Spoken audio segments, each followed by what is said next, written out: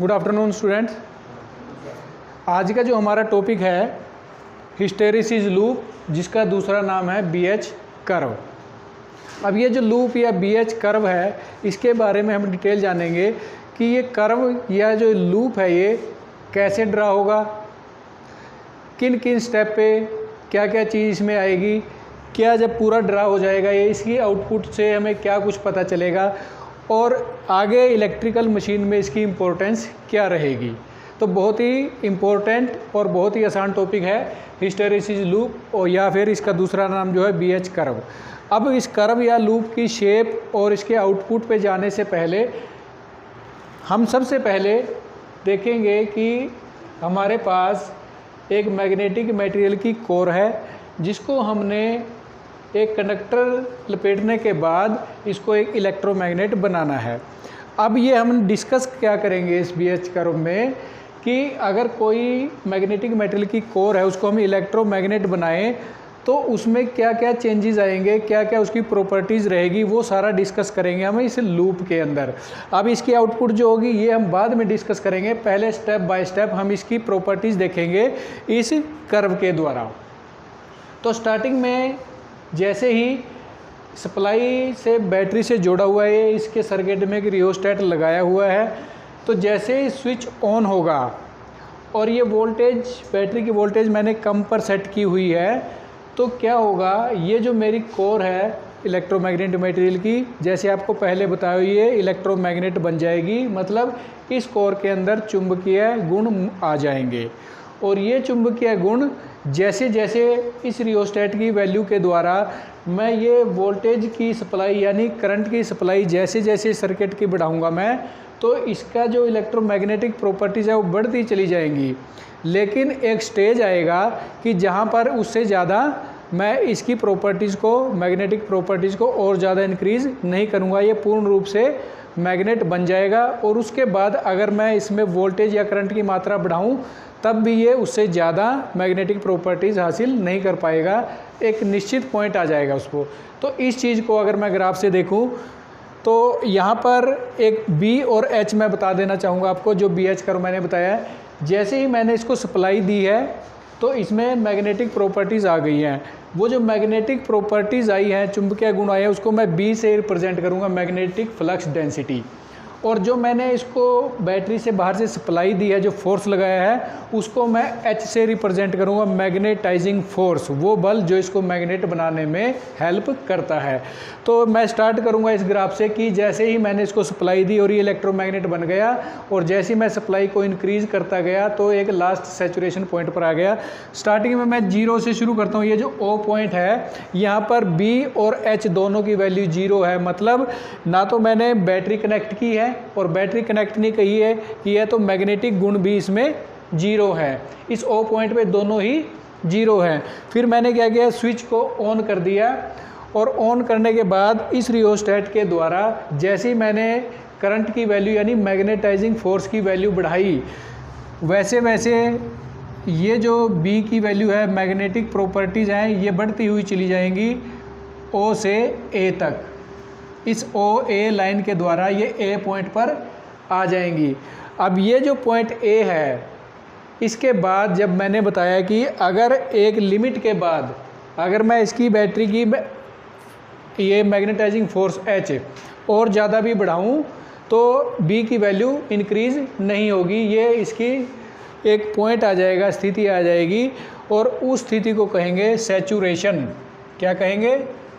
Saturation, संतृप्ति।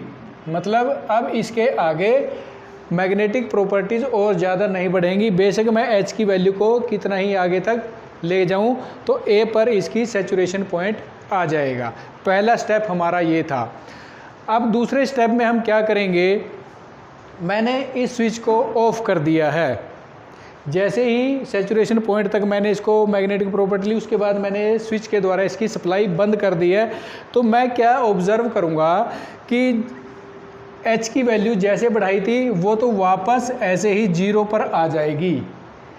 H की value 0 हो जाएगी क्योंकि बैटरी की सप्लाई मैंने इसे स्विच के द्वारा बंद कर दिया है, तो H वापस अपनी 0 पोजीशन पर आ जाएगा।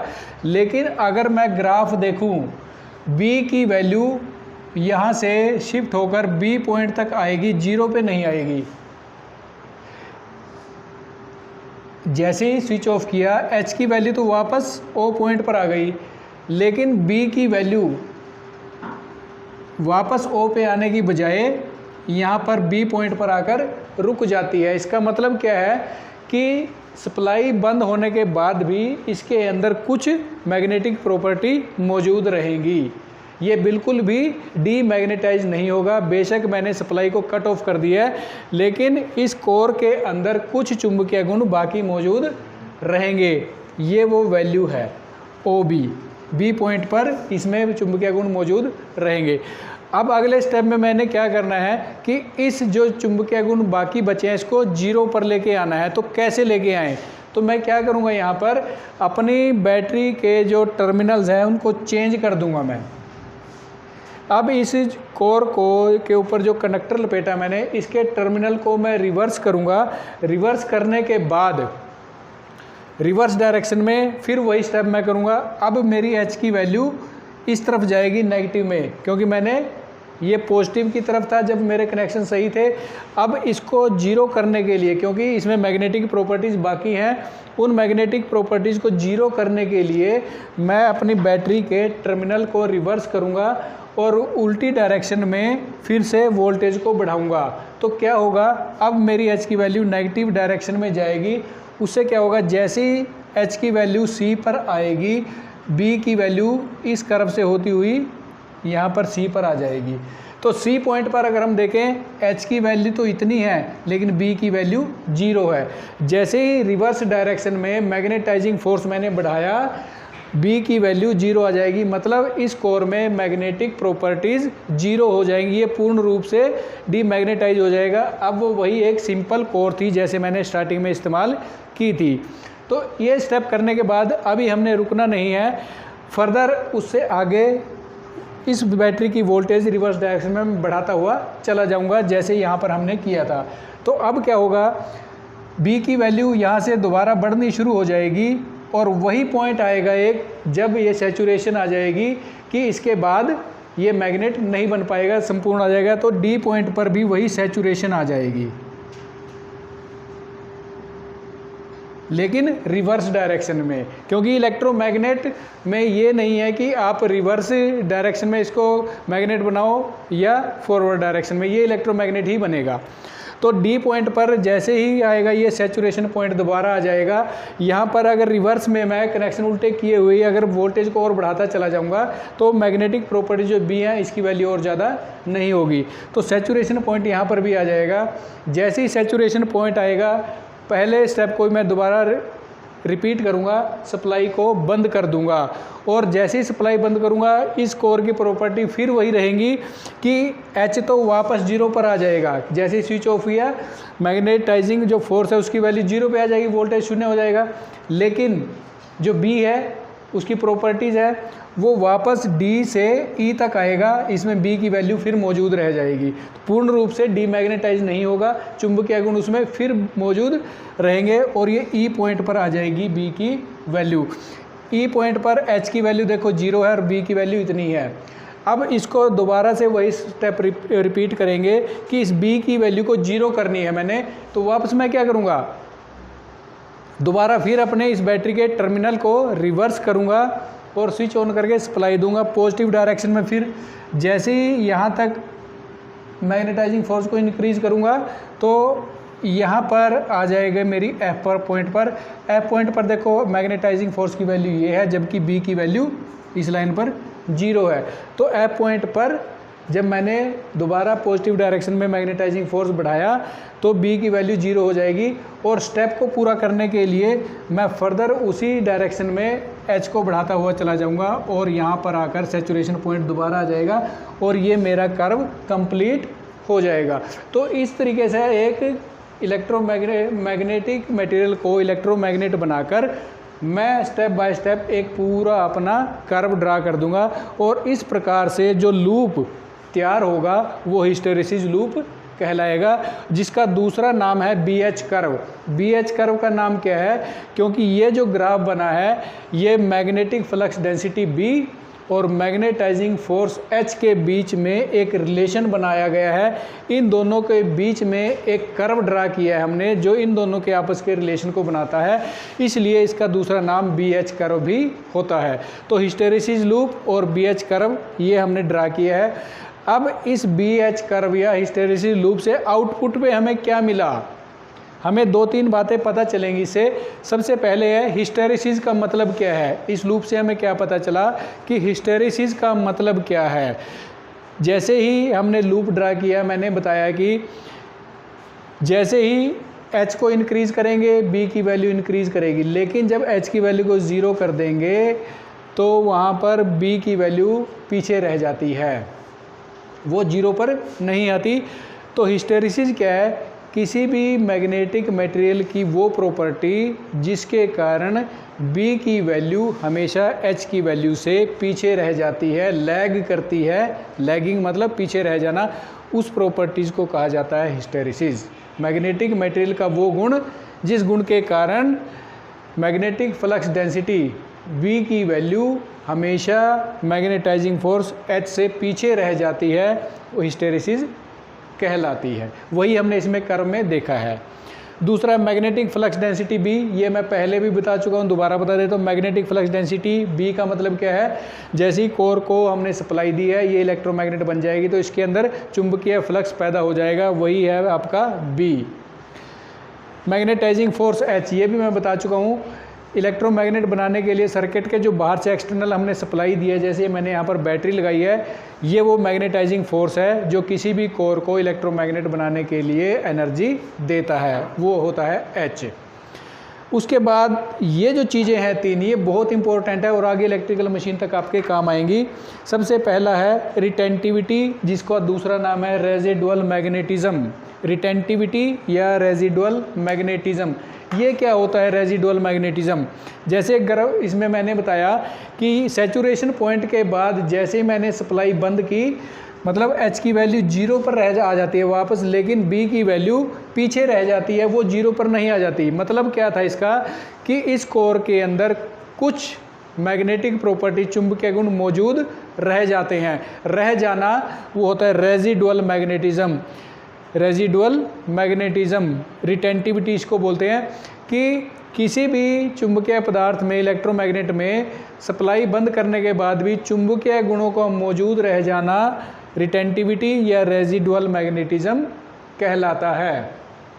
रेजिडुअल मैग्नेटिज्म, रिटेंटिविटी, सप्लाई या एनर्जी H की वैल्यू कट ऑफ होने के बाद भी चुंबकीय गुणों का कोर के अंदर मौजूद रहना रेजिडुअल मैग्नेटिज्म या रिटेंटिविटी कहलाता है। जो अभी हमने यहाँ पर देखी है B पॉइंट पर H की वैल्यू 0 करने के बाद भी कुछ चुंबकीय गुण मौजूद रहे थे, वो होती है रेजिडुअल मैग्नेटिज्म। उसके बाद कोएर्सिविटी, जिसको कोएर्सिव फोर्सेस भी कहते हैं हम। यहाँ पर कोएर्सिविटी और कोएर्सिव फोर्स का मतलब क्या है, एक्स्ट्रा एनर्जी जो वेस्ट होती है हमारी। यहाँ पर देखिए मैंने बताया था कि B पॉइंट पर H की वैल्यू 0 थी, लेकिन कुछ मैग्नेटिक प्रॉपर्टीज बाकी थी, जिसको मैंने अभी बताया रेजिडुअल मैग्नेटिज्म। अब अगर इस रेजिडुअल मैग्नेटिज्म को मैं 0 करना चाहूँ तो मुझे एक्स्ट्रा फोर्स लगाना पड़ता है रिवर्स डायरेक्शन में। अगर मैं चाहूँ कि ये मेरी B की वैल्यू 0 पर आए तो उसके लिए मुझे एक्स्ट्रा एनर्जी लगानी पड़ी है रिवर्स डायरेक्शन में। तो ये जो O से C तक इतना एक्स्ट्रा फोर्सेस मैंने लगाया है इस वैल्यू को 0 पर लेके आने के लिए, वो जो एक्स्ट्रा एनर्जी है, एक्स्ट्रा फोर्स है, वो होते हैं कोएर्सिविटी या कोएर्सिव फोर्सेस। इलेक्ट्रोमैग्नेटिक मटेरियल में से रेजिडुअल मैग्नेटिज्म को ख़त्म करने के लिए या 0 पर लेके आने के लिए जो एक्स्ट्रा एनर्जी, एक्स्ट्रा फोर्स मुझे लगाना पड़ा है, उसको कहेंगे कोएर्सिव फोर्स, कोएर्सिविटी। ये लॉसेस हुआ करते हैं, ये हमारी एनर्जी वेस्टेज है। अगर ये H की वैल्यू 0 पर करते ही अगर B की वैल्यू 0 हो जाती तो मुझे एक्स्ट्रा ये H की वैल्यू नहीं लगानी पड़ती। इस रेजिडुअल मैग्नेटिज्म को 0 पर करने के लिए जो एक्स्ट्रा एनर्जी या फोर्स मैंने यहाँ पर लगाया है वो होते हैं कोएर्सिव फोर्स। ये सारे हमारा लॉसेस ऑफ एनर्जी होता है। उसके बाद है हिस्टेरिसिस लॉस, बहुत ही ज़्यादा इम्पोर्टेंट और हर एक इलेक्ट्रिकल मशीन का एक पार्ट है ये लॉसेस में। हिस्टेरिसिस लॉस का मतलब क्या होता है? हिस्टेरेसिस लॉस, अभी जैसे मैंने कोएर्सिव फोर्स बताया, ये क्या है, एक्स्ट्रा एनर्जी यूज़ करना। तो हिस्टेरेसिस लॉस क्या है, यहाँ पर इस बी की वैल्यू को 0 करने के लिए जब मैंने एक्स्ट्रा फोर्स लगाया जिसका मैंने नाम दिया कोएर्सिव फोर्स, जब ये एक्स्ट्रा फोर्स लगेगा तो इस कोर में हीट पैदा हो जाएगी, गर्मी होगी, और ये जो हीट होगी ये एनर्जी लॉस का एक रूप है। तो ये जो रेजिडुअल मैग्नेटिज्म को जो एनर्जी की हमारी हीट के रूप में लॉस होगा वो हिस्टेरेसिस लॉस कहलाएगा। तो हिस्टेरेसिस लॉस कहाँ पर ज़रूरी है और कितना इलेक्ट्रिकल मशीन में इसका इम्पोर्टेंट रोल है, उससे पता चलता है हमारा कि जो हमारा जो हिस्टेरेसिस लॉस है ये कर्व के ऊपर डिपेंड करता है। मैंने एग्जांपल लिया है, यहाँ पर 2 कर्व बनाए मैंने, एक का एरिया ज़्यादा है और एक का एरिया कम है। अगर मैं देखने से बताऊं कि अगर मैं पहले केस की बात करूं जिसका कर्व ज़्यादा है, अगर मैं इसको ये वैल्यू कैलकुलेट करूँ, ये मैंने क्या बताया था, यहाँ पर ये कोएर्सिव फोर्सेस होते हैं, एक्स्ट्रा एनर्जी जो लॉस के रूप में जाती है। अगर कर्व मेरा ज़्यादा होगा तो इसका मतलब ये कोएर्सिव फोर्स मुझे ज़्यादा लगाने पड़ेंगे। कोएर्सिव फोर्स जितने ज़्यादा लगेंगे हिस्टेरेसिस लॉस उतने ही ज़्यादा होंगे, मेरी एनर्जी लॉस उतनी ज़्यादा होगी। अगर ये ग्राफ का एरिया चौड़ाई कम है तो यहाँ पर देखिए केवल मुझे इतना ही एक्स्ट्रा एनर्जी लगानी पड़ी है। इतनी एक्स्ट्रा एनर्जी में जितना ये एक्स्ट्रा एनर्जी कम होगी उतने ही हिस्टेरेसिस लॉस कम होंगे। तो यहाँ पर बात ये है कि इलेक्ट्रिकल मशीन कोई भी है, चाहे वो मोटर है, चाहे वो जनरेटर है, चाहे वो ट्रांसफार्मर है, हर एक मशीन में कोर हुआ करती है जिसके ऊपर वाइंडिंग लपेटी जाती है। अब वो उस कोर के अंदर हिस्टेरेसिस लॉस हुआ करते हैं क्योंकि सभी में मैग्नेटिक प्रॉपर्टीज़ आ जाती हैं, सबके ऊपर वाइंडिंग लपेटी होती है तो इलेक्ट्रोमैग्नेटिक प्रॉपर्टीज़ आती है। अब बात ये है कि इस एरिए और इस एरिए का इसके साथ रिलेशन क्या है, वो मैंने अभी बताया। जिस मटेरियल, ये ग्राफ किसका है, इस मटेरियल का, जो भी मटेरियल मैं यूज़ करूँगा, अगर हम मटेरियल वो इस्तेमाल करेंगे जिसका ये कर्व का एरिया ज़्यादा है, उसका मतलब उस मटेरियल में लॉसेस भी ज़्यादा होंगे। अगर मैं ऐसे मटेरियल का इस्तेमाल करूं इस कोर के लिए कि जिसका एरिया ये काफ़ी कम हो, इसका मतलब उस मटेरियल में हिस्टेरेसिस लॉस भी कम होंगे। तो इसीलिए मुझे एक ऐसे मटेरियल की ज़रूरत है जिसमें मैग्नेटिक मटेरियल भी हो वो और हिस्टेरेसिस लॉस कम हो। तो ऐसा एक मटेरियल है सिलिकॉन स्टील। क्या नाम है, सिलिकॉन स्टील। सिलिकॉन स्टील एक ऐसी धातु है, मिश्र धातु है, ठीक है जी। इसका एरिया ऑफ हिस्टेरेसिस लूप सबसे कम होता है। ये जो मैंने बताया ना, सिलिकॉन स्टील एक ऐसी धातु है जिसका हिस्टेरेसिस लूप का जो क्षेत्रफल एरिया सबसे कम होता है। इसका मतलब क्या है, इसमें ये जो एक्स्ट्रा एनर्जी लॉसेस या हिस्टेरेसिस लॉस सबसे कम होते हैं और इसीलिए सिलिकॉन स्टील का इस्तेमाल मैक्सिमम हर एक इलेक्ट्रिकल मशीन की कोर बनाने के लिए किया जाता है। तो ये तो था आज का हमारा हिस्टेरेसिस लूप जिसका दूसरा नाम था BH कर्व। इस लूप या इस BH कर्व में हमने क्या देखा है, कोई भी मैग्नेटिक मटेरियल है उसकी मैग्नेटिक फ्लक्स डेंसिटी B और उसको इलेक्ट्रोमैग्नेट बनाने के लिए जो मैग्नेटाइजिंग फोर्स H लगाया था हमने, उनके बीच में रिलेशन क्या है, उस रिलेशन को हमने एक कर्व के द्वारा दर्शाया है और ये कर्व कहलाएगा BH कर्व, हिस्टेरेसिस लूप। और इसके आउटपुट पे ड्रा करने के बाद हमें क्या पता चलेगा, रेजिडुअल मैग्नेटिज्म क्या होता है, कोएर्सिव फोर्सेस क्या होते हैं, हिस्टेरेसिस लॉस क्या होते हैं और हिस्टेरेसिस लॉस का इस हिस्टेरेसिस लूप कर्व से एरिया से क्या रिलेशन है और इसके लिए हम कौन सी मटेरियल का इस्तेमाल करेंगे। तो ये था आज का हमारा हिस्टेरेसिस लूप और BH कर्व। Thank you.